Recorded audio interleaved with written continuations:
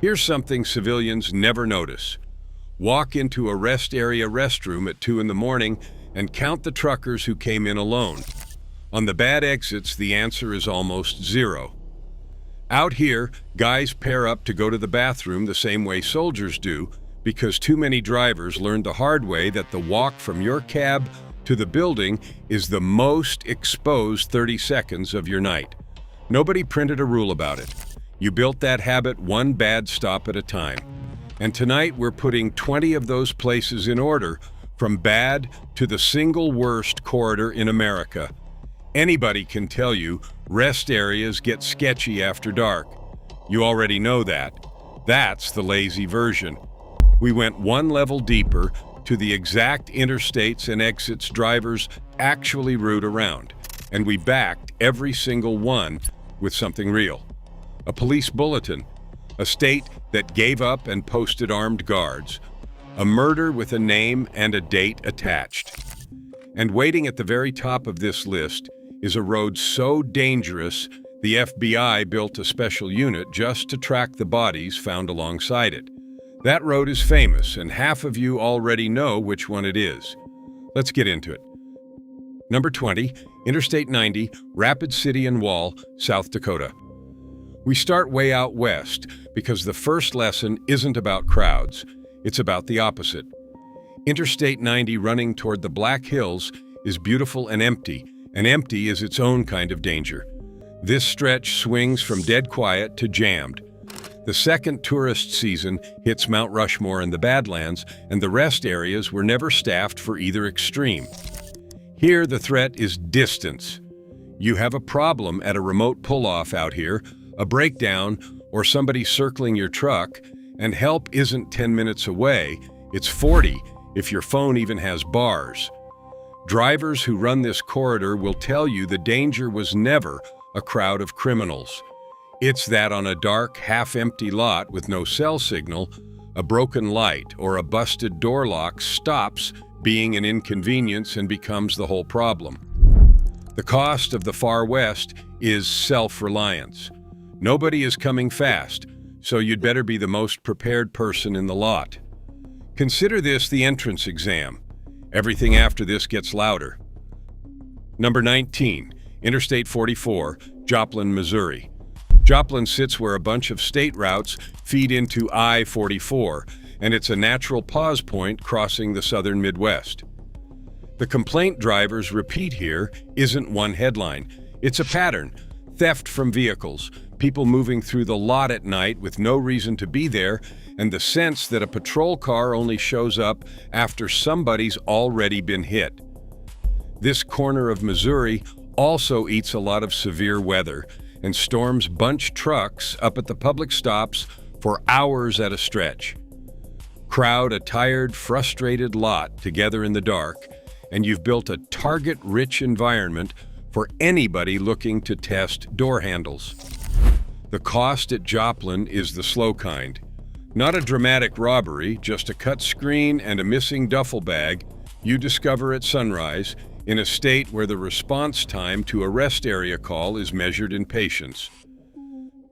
Number 18, Interstate 70, Kingdom City, Missouri. Stay in Missouri and slide over to Kingdom City, where east-west Interstate 70 traffic meets the roads heading into the center of the state. This one earns its spot partly because of a self-inflicted wound.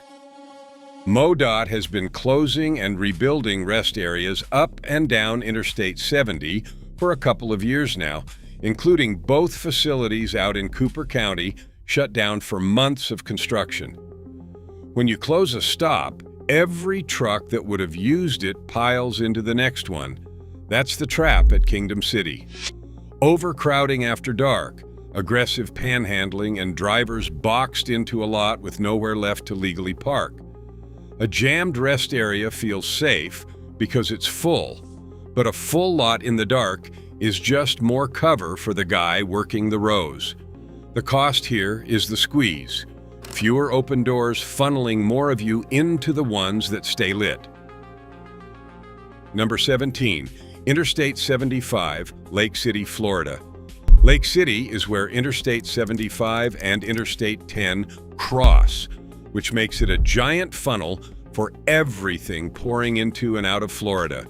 That volume is exactly what makes the nearby rest areas a shopping mall for lot thieves who can be back on the interstate and gone in 90 seconds.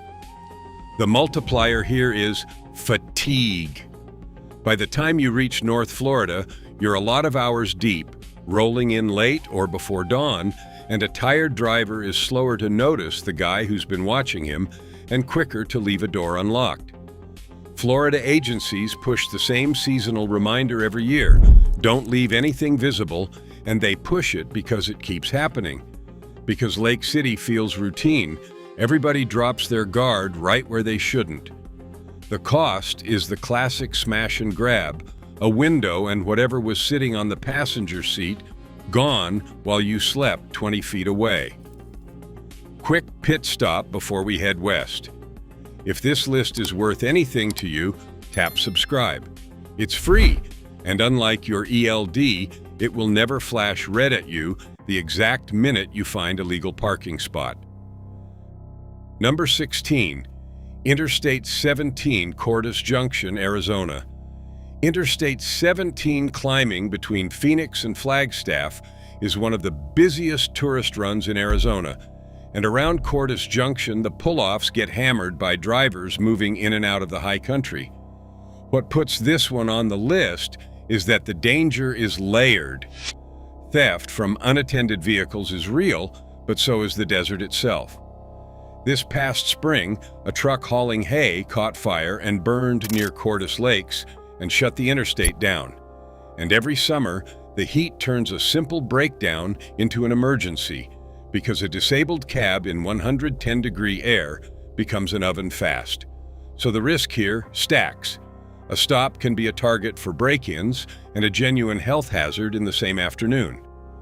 The cost of I-17 is that it comes at you from two directions at once: the guy casing your truck and the environment trying to cook it, and you're supposed to sort out which one to worry about first. Number 15, Interstate 10, Vinton, Louisiana. Right at the Texas-Louisiana line on Interstate 10, the rest stops and pull-offs around Vinton have a recurring reputation for property crime and overnight loitering on a corridor packed with truck traffic staging before Lake Charles or Houston. Calcasieu Parish authorities keep issuing the same warnings: don't leave valuables in view, watch who's drifting through the lot, and repeated advisories usually mean a pattern, not a one-off. There's a second problem down here you won't find in a police report: the buildings themselves. Southwest Louisiana has absorbed hurricane after hurricane, and public facilities in the region have been fighting repairs, staffing, and upkeep ever since. A rest area doesn't need a crime wave to be dangerous. Bad lighting, a broken lock, thin staffing, and no good alternative for miles will do it. The cost at Vinton is stacked exposure at the exact moment your options run out. Number 14, Interstate 20, Tallulah, Louisiana.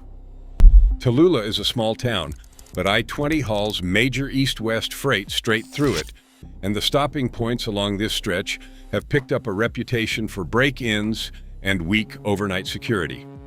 Madison Parish is one of the more economically stretched corners of the state, and when the surrounding community is thin on resources, the rest area inherits that.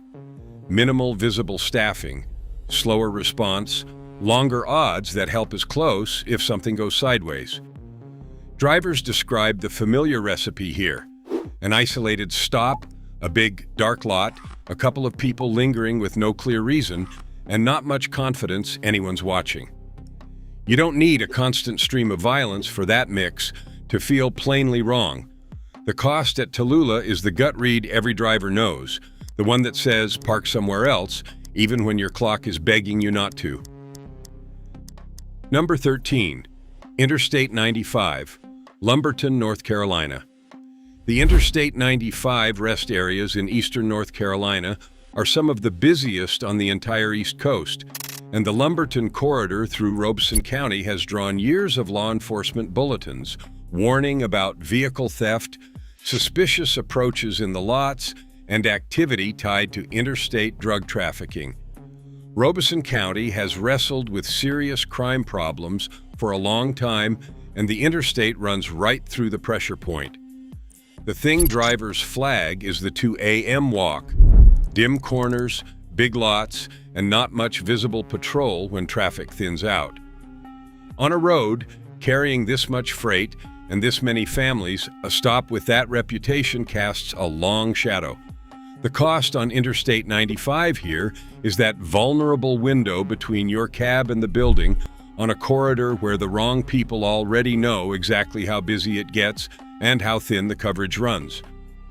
Number 12, Interstate 81, Harrisburg, Pennsylvania. Interstate 81 is one of the hardest working freight routes on the East Coast, and Harrisburg is a monster logistics hub, which means the rest stops absorb every side effect of that volume. Theft from vehicles, drug arrests, and people lingering in lots with no reason to be there. Layer on Pennsylvania's parking problem. The state's own advisors have counted roughly 10,000 trucks a night parked on shoulders and ramps, and you've got exhausted drivers taking whatever spot they can find, and the corridor has a mean streak. On Interstate 81 in nearby West Virginia, a driver was charged with gunning down a fellow trucker in a road rage shooting that ran for miles before ending near an exit. That's the tension this route carries. Too many trucks, not enough room, and tempers riding shotgun. The cost on Interstate 81 is that you're forced to choose between an unsafe legal spot and no spot at all every single night. Number 11, Interstate 35 south of San Antonio, Texas. South of San Antonio, Interstate 35 handles heavy freight, cross-border movement, and a level of law enforcement attention that tells you what routinely runs this corridor: smuggling and human trafficking. And this is where the danger stops being about your wallet. Truckers here are trained to watch for people casing vehicles and to watch for something darker. The numbers are grim. Anti-trafficking groups report that a large share of trafficking victims recovered with the help of truckers are minors, and San Antonio law enforcement has formally partnered with drivers to spot it at exactly these kinds of stops. Organizations like Truckers Against Trafficking exist because rest areas and truck stops are where this crime operates in plain sight. The cost on this stretch of Interstate 35 isn't measured in stolen cargo. It's the knowledge that the quiet stop you picked might be somebody else's crime scene and that your eyes might be the only ones that catch it. If you're still with me, tap that like button. The algorithm treats A like the way a broker treats a quick pay request. It pretends not to notice, then quietly pays out later. Number 10, Interstate 5, Washington State rest areas. Now we get to the places where the state itself waved the white flag. On I-5 in northern Washington, the Department of Transportation flat out closed a cluster of rest areas: Smoky Point up between Marysville and Arlington, Silver Lake in South Everett, Custer up near Bellingham, citing an overload of trash, vandalism, and threats against employees. Read that again. Not inconvenience, threats against the workers.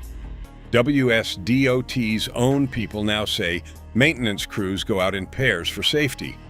The agency runs 47 rest areas serving 24 million people a year, and a growing number have turned into encampments the State Patrol says it can't clear because a court ruling treats a lived-in vehicle as a homestead that's tough to tow. So the stops fill with derelict cars and garbage, and the state's answer in the worst spots was to lock the gate. When the people who own and maintain a rest area decide it's too dangerous to keep open, that's not a rumor on Channel 19. That's an admission. The cost here is that your safe, legal, taxpayer-funded place to sleep simply isn't there anymore. Number 9, La Bajada, Interstate 25, New Mexico. New Mexico gets its own spot for a detail that's hard to top. The vandalism and theft at the state's rest areas, including La Bajada near Santa Fe and the stop at the Rio Grande Gorge Bridge in Taos, got so relentless that NMDOT put armed security guards on site full-time. Not a camera, not a sign. Armed guards, specifically, so the department could keep the areas open for truckers who genuinely need somewhere to rest. And the state's been bleeding money on it, chasing graffiti and destruction it openly admits it can't keep up with, while pouring tens of millions into rebuilds like the Rattlesnake rest areas on Interstate 40 that sat closed for the better part of a year. Here's the tell for a driver. When a state has to hire men with guns to protect a bathroom, that's the state telling you, in the clearest language it has, what's been happening there after dark. The cost at La Bajada is what the guards are standing in front of. Number 8, Interstate 5, Stockton, California.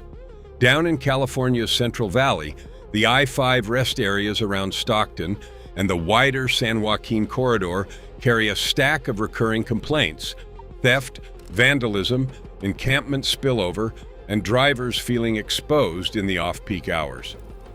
And this is farm and freight country, which layers a second problem on top. This is prime cargo theft territory, and the crews that work it have been fanning out from Los Angeles into the valley for years. California keeps closing and reopening valley rest areas for repairs and water problems, which shoves traffic into fewer open stops and leaves you choosing between an overcrowded public lot and an unfamiliar private one. San Joaquin County's broader crime and homelessness pressures spill straight onto highway infrastructure because a rest area offers bathrooms, shelter, and easy access, everything it was never built to manage at once. The cost near Stockton is the ugly combination, a stop you might genuinely need that feels too unstable to trust, with a loaded trailer parked behind you. Number 7, Interstate 80, Vallejo, California. Just outside the Bay Area on Interstate 80, there's a rest area drivers have quietly warned each other about for years, the kind of place veterans will tell you they'd never send a four-wheeler or a solo traveler, only a trucker who's genuinely out of hours. It sits close enough to the metro to catch all of the city's overflow and none of its patrol. And it collects exactly the crowd you don't want banging on your door at 3 a.m. This one runs on reputation more than any single statistic, and that's the point. A stop like this fills or empties all by itself. Newer drivers read the warnings, do the math, and shut down before or after it. The cost near Vallejo was never mainly the equipment, it's the sleep. You don't rest in a lot where part of your brain stays up tracking footsteps, and a driver who didn't sleep is a bigger hazard at 70 than any lot lizard ever was. Number 6, Interstate 40, West Memphis, Arkansas. Say West Memphis to any driver with a few years on him and watch the reaction.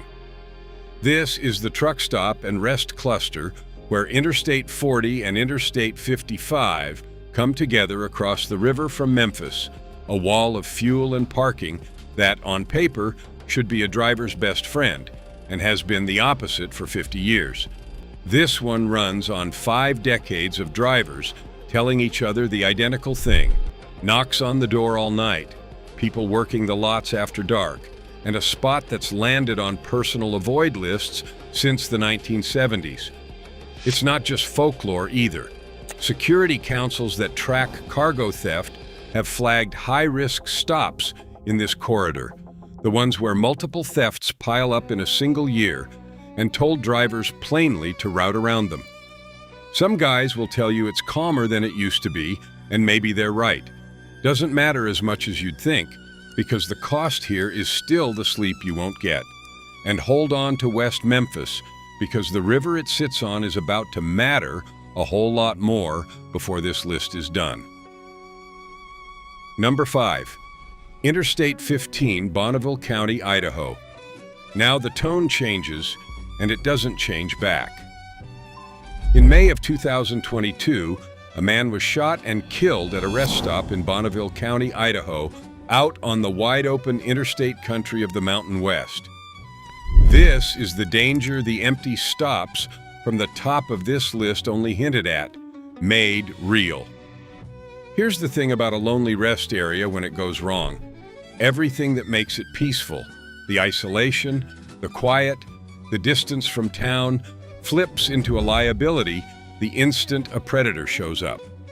There's no crowd to disappear into, no clerk behind glass, no second exit.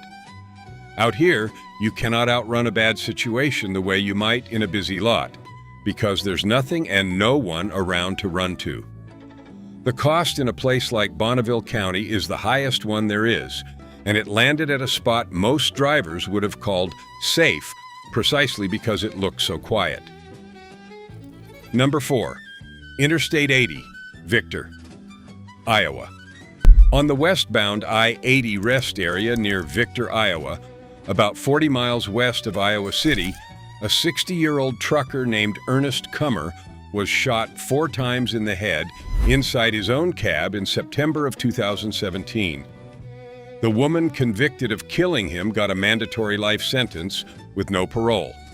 He was a company driver who had been with the same outfit since 2010. He was parked, off the clock, doing the most ordinary thing a driver does, sleeping where he was supposed to. That's what makes this one sit with you. Kummer did nothing wrong. He wasn't hauling anything special, wasn't in some notorious lot, wasn't taking a risk any of us wouldn't take on an average Tuesday. He was killed in the one place the whole system tells you is safe, the designated rest area, the sanctioned spot, the responsible choice. The cost at Victor is the illusion itself, the idea that the official lot is automatically the safe lot. Sometimes the sign that says rest area is just a sign. Number 3. Interstate 80, Grand Island, Nebraska. Keep rolling west on the same interstate to a rest area just outside Grand Island, Nebraska, and it gets worse because this one was caught on camera. In June of 2024, around 7 in the morning, in daylight, a man attacked a Missouri couple traveling in their RV. Witnesses said he was demanding the keys to the Jeep they were towing. He stabbed both of them. Gary Weaver, 72, died. His wife Mary, 71, was gravely wounded. Part of it was captured on a nearby trucker's dash cam, and the attacker fled the rest area and led troopers on a chase at 120 miles an hour before crashing. Sit with the details. 7 in the morning, broad daylight, a retired couple on a road trip stopped at a rest area exactly the way they were supposed to, and a trucker sat there watching it unfold through his windshield, close enough to film it, because that's how fast and how public it was. The cost at Grand Island is the death of the last excuse. Not late at night, not a dark corner, not a bad neighborhood, just a normal morning at a normal stop on America's busiest freight artery. The 2 worst things on this whole list both happened on I-80 rest areas, and that's not a coincidence. It's the price of the corridor. Quick one because the finish is heavy. If this list has earned a place in the map you carry in your head, subscribe. It's about the only thing left in trucking that's still free, and it takes 1 second. Number 2. Interstate 24 truck stop, North Nashville, Tennessee. The runner-up is a specific address with a specific ghost.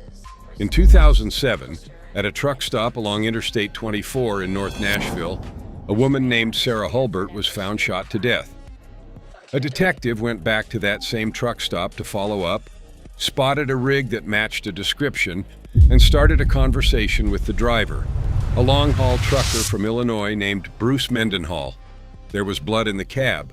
Before it was over, Mendenhall had implicated himself in Hulbert's death and was tied to a string of killings of women across Tennessee, Alabama, Georgia, and Indiana.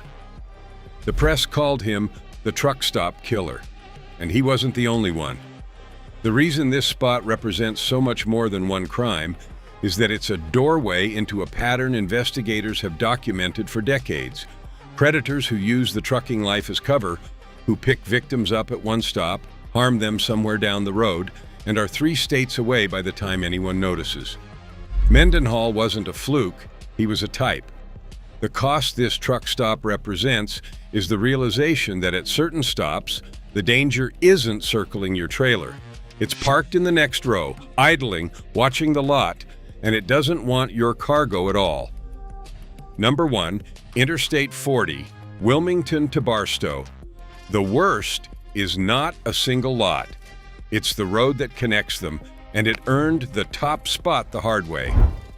Interstate 40 runs from Wilmington, North Carolina, all the way to Barstow, California, through Raleigh, Nashville, Memphis, Little Rock, Oklahoma City, Amarillo, Albuquerque, and Flagstaff. It is the spine of American freight. It is also the single most notorious corridor in the FBI's Highway Serial Killings Initiative. Here's how that unit came to exist. In the early 2000s, a crime analyst in Oklahoma noticed a pattern. The bodies of murdered women turning up along the highways, dumped after being picked up somewhere else. She pushed it up the chain, and by 2009, the FBI had launched a dedicated initiative that started with clusters of victims found along the I-40 corridor across Oklahoma, Texas, Arkansas, and Mississippi. The database that grew out of it now holds more than 500 victims, most of them killed and discarded near truck stops, motels, and highway pull-offs. A former FBI assistant director who spent years inside the case has tied at least 850 homicides to this breed of predator, and the agents working it say even that is undercounted. The suspects, overwhelmingly, are long-haul truckers. As one investigator put it, an 18-wheeler is a mobile crime scene, grab in one jurisdiction, kill in a second, dump in a third. And I-40 is the red dot heart of the map. This is the road Robert Ben Rhodes worked, the original truck stop killer who built a torture chamber into the back of his trailer. It's the corridor of the Interstate Strangler, tied to dozens of victims. It runs directly through Memphis and West Memphis, the 2 banks you met earlier at number 6, and now you understand why they both made this list. For 50 years, drivers crossed that river thinking they'd left the problem on the other side. The truth is, the river was never the fence. The road was the danger the whole time, and it runs coast to coast. So what does I-40 actually cost? Everything this countdown built toward, concentrated onto one line on the map. The isolation of the western stops, the theft of the valley lots, the trafficking of I-35, the murders of I-80, and all of it feeding into a single corridor with a federal task force assigned to the bodies it produces. If your route runs the 40 and you're pulling into a quiet stop after dark, keep your doors locked, keep your read on the lot sharp, and remember that the most dangerous thing at a rest area was never the parking. It was the person who chose that exit for the same reason you did. So that's the 20. From an empty pull-off in the Black Hills to the road the FBI built a unit around. Notice the pattern the whole list kept whispering. The danger climbs the same way every time. First, it's your cargo, then it's your window, then it's your sleep, and at the very top, it's you. The drivers who stay safe out here aren't lucky. They're the ones who read the lot before they read their phone, who pair up for the walk, who trust the gut feeling that says, roll another 20 miles. Now it's your turn. Drop your own "do not stop" exit in the comments, the rest area you'd warn a rookie about, because somebody running behind you tonight hasn't learned it yet and doesn't have 50 years of Channel 19 to teach him. And if this list earned a spot in the map you carry in your head, subscribe. It's still the only thing in trucking that's free. Until next time, keep the rubber side down and the shiny side up, and don't take the walk alone.